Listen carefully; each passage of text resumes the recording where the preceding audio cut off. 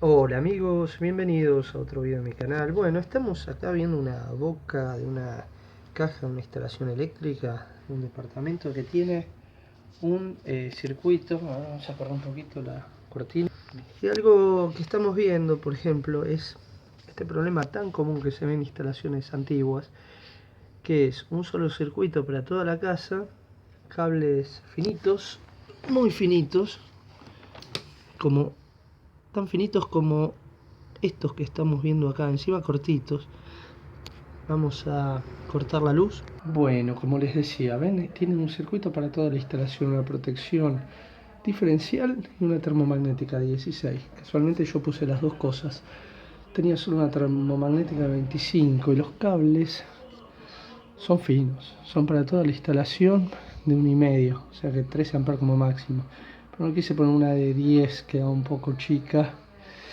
De acá salen tipo alambre, que son finitos pero aguantaban más que los de filamento. Sí, acá lo que hay que hacer es por lo menos separar los aires acondicionados, eso ya se sabe. Justamente eso era lo que les quería mostrar. Vamos a cortar termomagnética y de paso probamos el diferencial apretando el botón. Bueno, habiendo cortado la luz, volvimos a esta caja y lo que les decía. Bien, pusieron un cable de 4 milímetros. Esto sale para un aire acondicionado que hay ahí arriba, solo para eso.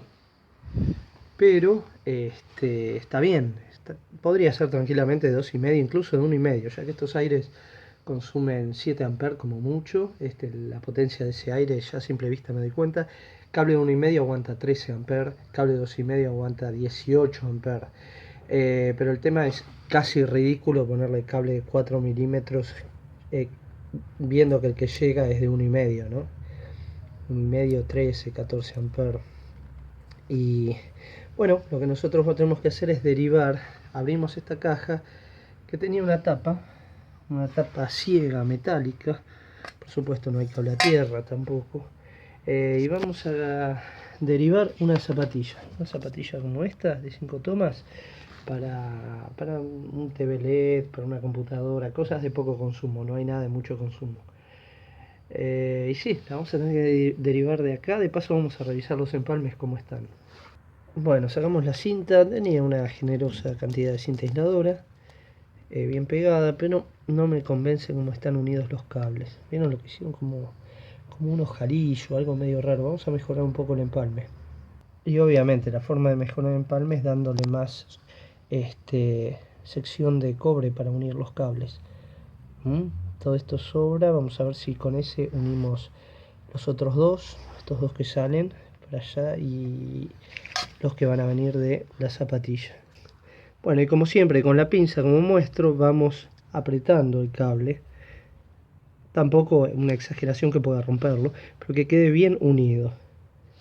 Lo que vamos a hacer ahora es ver cuál es la fase también, ya que la zapatilla es polarizada y tiene un corte con un protector térmico sobre la fase. Miren la diferencia, les decía, miren la diferencia del empalme con mucha más superficie de cobre unida y bien apretada con los cables casi sueltos, apenas apretándose. Esto realmente es peligroso. Las uniones eléctricas son muy importantes en cualquier instalación eléctrica. Es por donde se transmite la corriente de un cable a otro donde está seccionado, obviamente.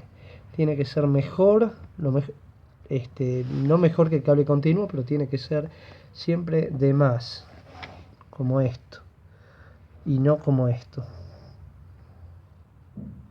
Bueno, ahí con los empalmes ya realizados, faltan los de la zapatilla, que van a ser los últimos, que van a ir apretados con pinzas sobre estos, y el cable va a estar girado sobre sí mismo.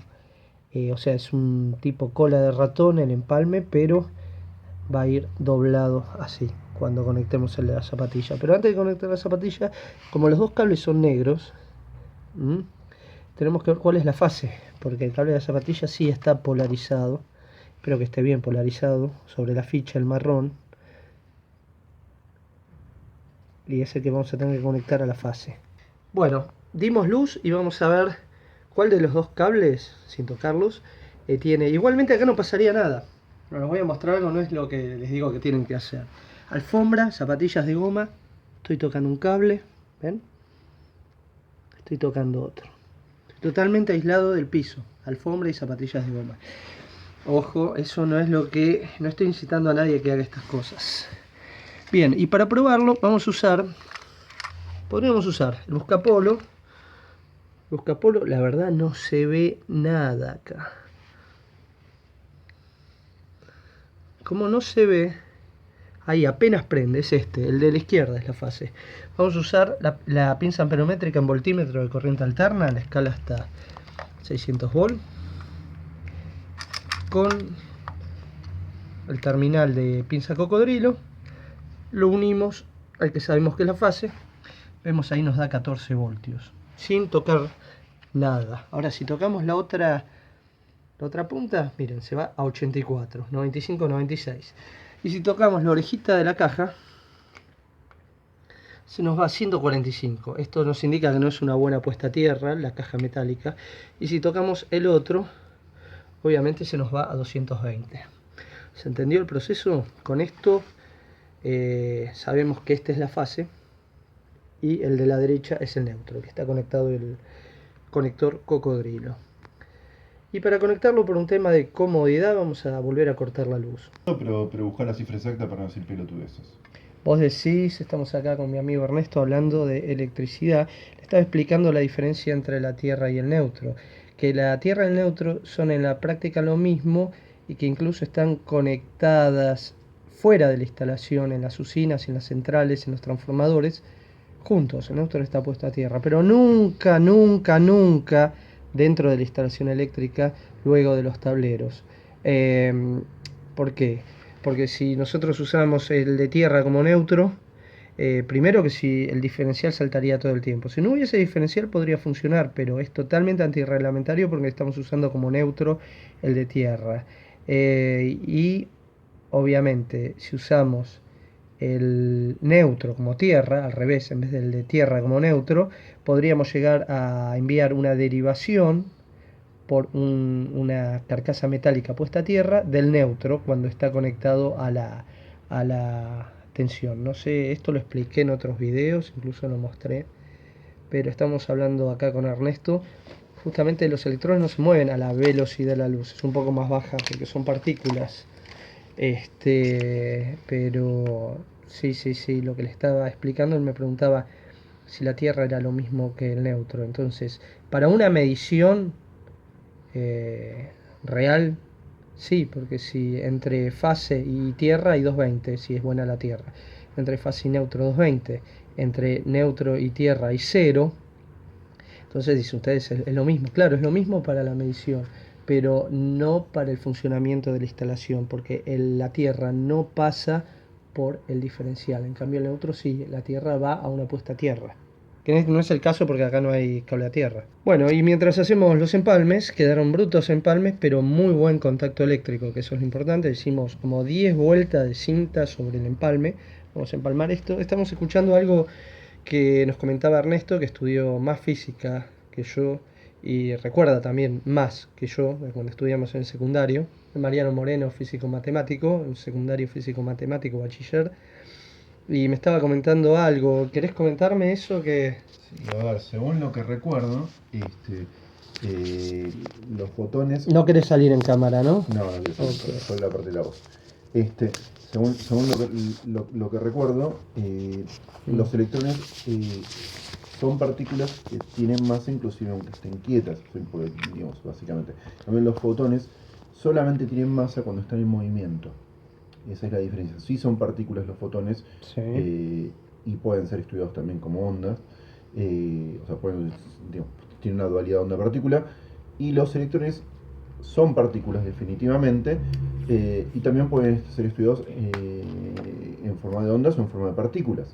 También hay una diferencia fundamental que estaba charlando recién con Daniel, es que según lo que recuerdo, que hay que ver los libros de física si realmente estoy en lo correcto o no, la velocidad de la luz es aproximadamente 300.000 km por segundo. En cambio, la velocidad de los electrones es de 3.200 km por segundo. En el metal, el metal Y va variando según y en los líquidos, según el medio de conducción. O sea, sí. la luz también va variando su velocidad de acuerdo al medio de conducción. Una cosa es la velocidad de la luz en el vacío, otra Claro, es en el sí, aire, sí, otra sí, es sí. en el agua, La y luz otra es, viene, por ejemplo, en un cristal. claro, baja la velocidad en un vidrio, después vuelve a subir. Cuando sale del vidrio vuelve a subir. Exactamente. Pero no, muy Eh, interesante lo que decís. Además, para darle otro también. No, pero es concreto, digo, o sea, yo decía, bueno, a 300.000 kilómetros por segundo, capaz que algunas cosas podrían funcionar iguales, o... Eh, espera un cachito, espera un cachito. Espera, que quiero mostrar algo. Bueno, quedaron terribles empalmes. Lo importante es que la conexión eléctrica es mucho mejor que antes. Y algo que estaba diciendo muy interesante, Ernesto, es de la velocidad de los electrones en relación con la longitud del cable. Claro, bueno, ahí es justamente en electricidad lo importante de la relación que hay de la longitud con la resistencia, tanto por el, obviamente, más largo el cable, más material, más resistencia, como tiene que tener relación con la velocidad de los electrones. Aunque los electrones, cuando se mueve uno, es una cadena, el de la otra punta ya responde porque deja un hueco vacío que... pero sí, tiene relación en la longitud de los conductores con... No tanto con la velocidad, porque la velocidad no se nota, pero muy interesante lo que estaba comentando Ernesto de... Y bueno, algo para agregar, ¿no? Acá tenemos un cable de teléfono. Algo para agregar siempre, mientras estamos terminando estos empalmes.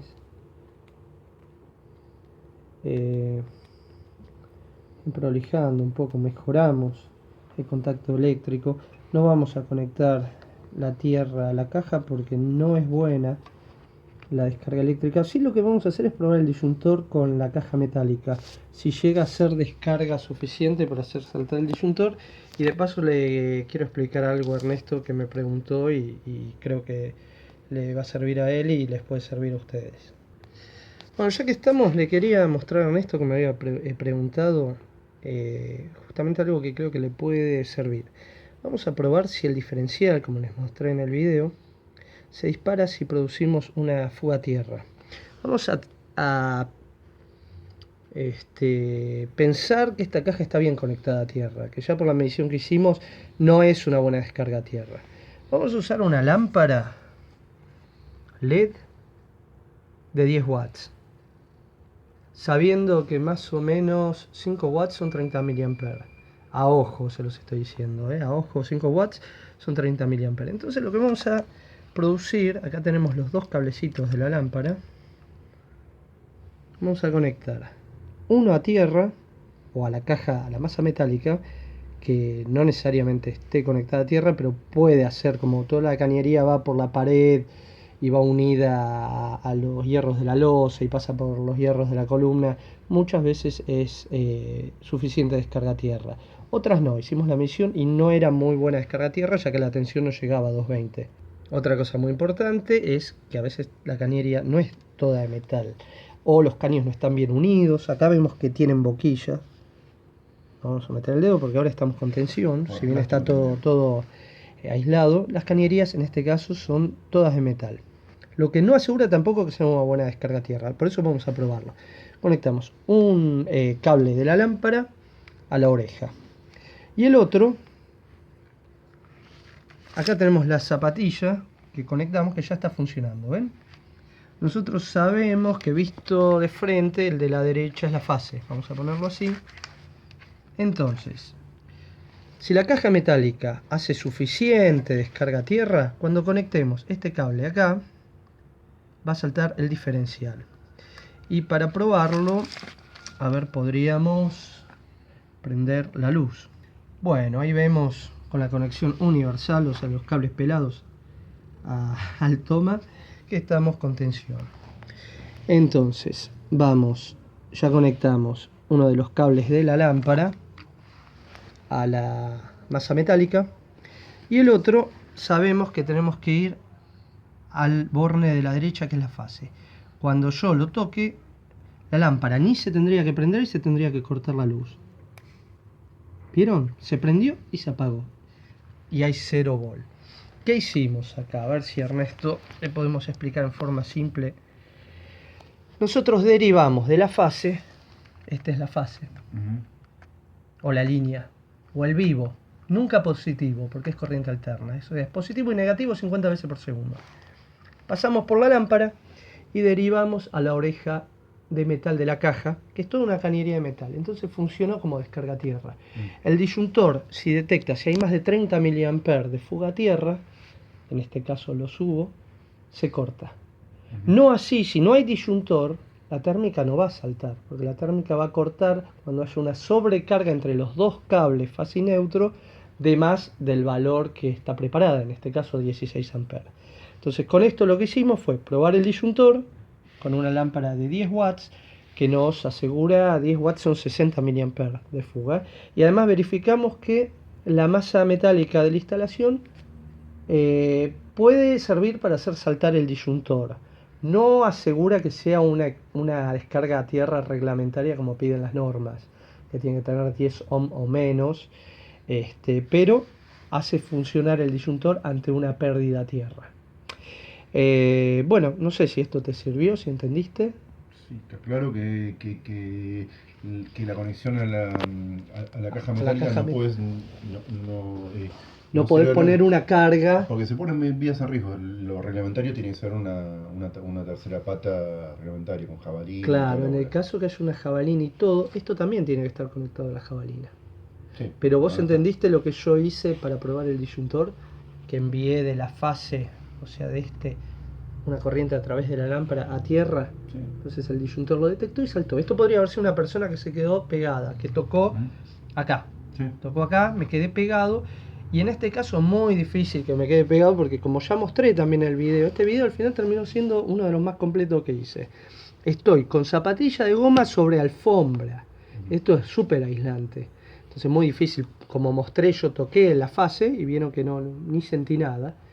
Pero si estoy en un piso de cerámico descalzo, o toco, no sé, el marco de la ventana o la pared, probablemente si toco la fase y mis pies en el piso desnudo de cemento, húmedo, pongámosle para empeorar todo, circula una corriente por mi cuerpo. Si esa corriente supera los 30 mA, el disyuntor va a saltar. ¿Y cuándo es un riesgo de vida? Más de 30 mA por más de 200 milisegundos. El riesgo de vida se calcula que es lo que puede hacer que el corazón deje de latir normalmente, fibrila, deja de latir y empieza a temblar, te morís de un paro cardíaco. Si vos no tenés disyuntor y haces eso de tocar, pongámosle que este está desnudo o un cable está roto y yo lo toco y me quedo pegado, si la corriente esa llega a pasar por mi corazón, me muero. Si no hay disyuntor. El disyuntor evita eso, que alguien se muera electrocutado. Además de que hace que la instalación esté mucho más protegida. Que un cablecito, si este cable se rompe acá porque meten un tornillo y lo lastiman con un tornillo, como vimos que esta caja metálica tiene una semiconexión a tierra, va a saltar el disyuntor. Si no hay disyuntor, se va a tener que hacer primero un cortocircuito, que es un fogonazo fuerte, se va a quemar acá, va a saber humo y recién va a saltar la termomagnética. Pero la termomagnética no salta a los 30 mA, salta a los 16. En realidad tampoco a los 16, salta a un 30% más de los 16 de la corriente nominal dentro de la hora, porque tiene una curva, no es instantánea, pasa a los 16,1 y saltó, no, 16 más un 30% dentro de la hora, este tipo de termomagnéticas. ¿Y en qué ayuda una descarga a tierra a salvarte la vida? Una buena descarga a tierra, ¿no? Claro, una descarga a tierra es toda masa metálica que sea factible de ser tocada por una persona, por ejemplo un lavarropas, todo metálico. Por ejemplo, una heladera vieja, ahora son todas de plástico, pero ¿te acordás que tenía la manija metálica con la bochita? Por ejemplo, cualquier aparato que tenga carcasa eléctrico, que tenga carcasa metálica, esa carcasa metálica tiene que estar conectada a tierra, porque supongamos que si un cablecito dentro del aparato se rompe, por motivo que sea, por movimiento, porque lo armaron mal, porque se calentó y se derritió, y ese cable es el de fase, y toca la carcasa, toda esa carcasa, si no está conectada a tierra, va a quedar bajo tensión, electrificada, va a ser como toda una estructura de metal con tensión. Si alguien la toca, esa tensión se va a derivar por la persona a tierra. Y si hay disyuntor, va a saltar el disyuntor, pero primero tuvo que pasar por su cuerpo. Si vos tenés además cable a tierra, el cable a tierra inmediatamente va a detectar que esa carcasa metálica quedó bajo tensión, va a derivar la corriente a tierra y le va a avisar al disyuntor que tiene que saltar antes que alguien lo toque. O sea que tiene más velocidad. Es más rápido, claro. No, es más rápido la transferencia de electrones por la descarga de tierra que por el ser humano. Entonces, por eso, al ser detectada, le salva la vida al ser humano. Es lo que yo decía, la diferencia en la velocidad de los electrones. Eso es muy bueno lo que decís, claro. Es como que toma un atajo a tierra por el cable a tierra y le avisa al disyuntor. Si no hay disyuntor, antes se usaban instalaciones con cable a tierra, algunas cosas, las bombas de agua, que ponían el cable a tierra, las canillas, las cañerías de agua metálica, que ahora son todas de plástico, por eso está recontra prohibido, porque es muy raro encontrarse cañerías metálicas. Ojo con una cañería toda metálica, si es toda metálica hasta la calle y por abajo de la tierra, es buena descarga a tierra, pero nadie te asegura que no venga un plomero, te corte un pedazo de caño y te ponga de plástico. Igual es preferible, más allá que nadie la corte, no es preferible directamente una descarga a tierra que claro, una descarga por supuesto, lo reglamentario es un cable independiente a una jabalina de una longitud determinada, calculada y correctamente instalada, obviamente. Yo te estoy diciendo algo que es fáctico, algo que se llama puesta a tierra natural, un poste de metal enterrado 1,5 metros, 2 metros en el suelo es una descarga a tierra, pero no tiene por qué ser reglamentaria. Entonces sería la diferencia entre lo arreglamos con alambre y lo arreglamos claro, en serio. Es totalmente temporario. Las estructuras metálicas de los cimientos tienen muy buena descarga a tierra. Si vos tirás un cable a tierra debajo de los cimientos, un cable de cobre, o incluso se hace eso, se sueldan cables de cobre con un conector especial a los hierros de los cimientos. Toda la estructura metálica incluso se hace para hacer instalaciones que sean como blindadas, como blindaje de jaula de Faraday, que todas las estructuras metálicas de adentro del hormigón tengan descarga a tierra. Eso brinda cierto blindaje electromagnético. Y ayuda a la descarga a tierra. Por ejemplo, es mucho mejor la descarga a tierra de la oreja de una caja que está en una losa, porque generalmente las cajas metálicas agarradas a la losa las ataban con alambre a los hierros, y los hierros bajan por las columnas hasta los cimientos, porque también están unidos a los de las columnas y hasta 2 pisos de profundidad. Porque esto primero tiene que ir todo el caño y nadie te asegura. Igual, repito, lo reglamentario es un cable, una jabalina independiente. Y después todas las masas metálicas. Y tiene más posibilidad de salvar una vida, por eso es reglamentario. Claro, la jabalina independiente que una canilla. Ahí es que a mí me pasó que me llamaran y me dijeran el agua da corriente. Y cuando eso no lo filmé porque era en los años 90. Entonces fui, medía, el agua tenía tensión. ¿Y qué habían hecho? Habían conectado un cable desnudo de una heladera comercial, el de tierra, viste que eran todas metálicas, a la canilla. Entonces me agacho y miro debajo de la mesada y era todo caño de plástico. La heladera se estropeó, el motor se puso en corto, derivó corriente por toda su estructura metálica a la canilla, pero no había caño de metal para hacer descarga a tierra. O sea que si alguien hace una descarga a tierra por medio de la canilla, puede venir un nene recontento y feliz y le electrocuta. Sí, por supuesto.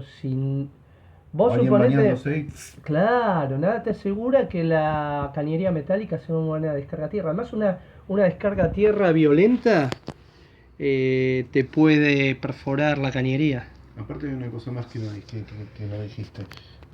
Según lo que recuerdo, lo que estudiamos en el secundario, cuando uno enciende y apaga un aparato, hay un pico de tensión mayor que sí, igual estás hablando de otra cosa. Que lo que corre comúnmente. Entonces, sí. Depende además. Ese pico de tensión puede ser la diferencia entre la vida y la muerte de una persona. No. Estamos hablando de cosas diferentes. Una cosa es la corriente de arranque.